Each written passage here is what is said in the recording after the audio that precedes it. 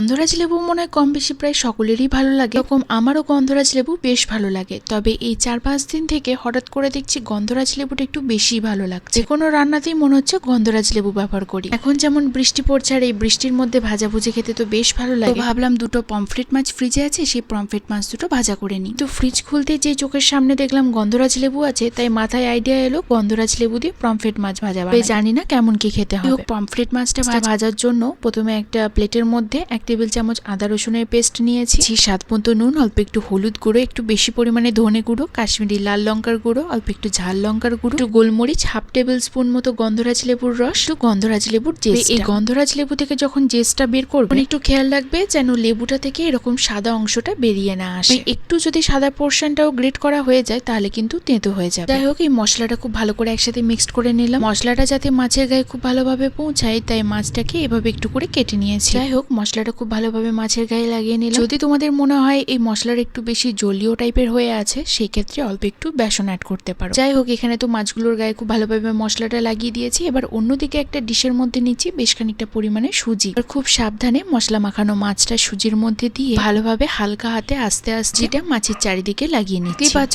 সুজিটা কত সুন্দরভাবে মাছের গায়ে লেগে গিয়েছে। এবার মাছটা তুলে রেখে দিলাম। ঠিক এই একইভাবে দ্বিতীয় মাছটাতেও একটু সুজি লাগিয়ে নিচ্ছি। এই প্লেট থেকে তোলার সময় দেখবে যে তলায় অনেকটা মশলা পড়ে আছে, সেই মশলাটা কিন্তু তুলে আবার মাছের গায়ে লাগিয়ে মাছটাকে উল্টে আবার সুজির মধ্যে খুব ভালো করে কোট করে নিতে হবে। এখানে তো দুটো মাছই রেডি হয়ে গিয়েছে। এবার এই মাছটাকে 1 থেকে 1.5 ঘন্টার জন্য ফ্রিজে রেখে দেবো। এখানে আমি মাছটাকে 1.5 ঘন্টার মতো ফ্রিজে রেখেছিলাম। 1.5 ঘন্টা পর ফ্রিজ থেকে বের করে নিয়েছি। এবার মাছটা ভাজার জন্য ফ্রাইং প্যানে অল্প একটু সর্ষের তেল দিয়েছি। এই মাছটা ভাজার জন্য অতিরিক্ত তেলের কিন্তু প্রয়োজন পড়ে না। এবার গ্যাসের ফ্লেমটা মিডিয়াম টু লো ফ্লেমে রেখে মাছটার একটা সাইড ভাজতে দিলাম। ওপর থেকে এভাবে অল্প একটু করে তেলও দিয়ে দিচ্ছি যাতে উল্টো দিকটাও খুব ভালোভাবে ভাজা হয়ে যায়। যেহেতু পমফ্রেট মাছ একটু বেশি নরম, তাই মাছটা উল্টানোর সময় কিন্তু একটু সাবধানে উল্টাতে হবে। তো ব্যাস, মাছের দুটো দিকই খুব ভালোভাবে ভাজা হয়ে গিয়েছে। এবার এই গরম গরম পমফ্রেট মাছ ভাজার সাথে অল্প একটু কুচানো পেঁয়াজ, সবশেষে অল্প একটু গন্ধরাজ লেবু। তো বিশ্বাস করো, এই গন্ধরাজ লেবু দিয়ে এভাবে মাছ ভাজাটা আমি ফার্স্ট টাইম বানালাম। সেভাবে জানা ছিল না কেমন টেস্ট হতে পারে, কিন্তু বিশ্বাস করো অল্প একটু লেবুর রস আর পেঁয়াজ দিয়ে মাছটা মুখে দিতে